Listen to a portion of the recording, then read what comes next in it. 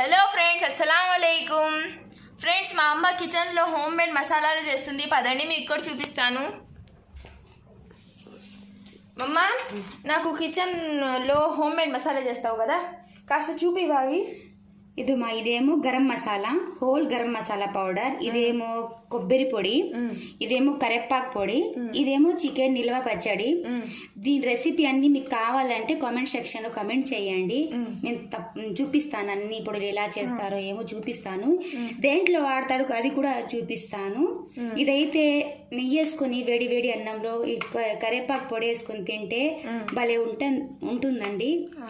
తెలుగులో మాకు చేయడం రాదండి, మేము ట్రై చేస్తున్నాం తెలుగులో చేయడానికి. మీకు నచ్చితే మీరు కామెంట్స్ పెట్టండి. మేము వచ్చిన అన్ని వ్లాగ్స్ కూడా మేము తెలుగులోనే చేస్తాము.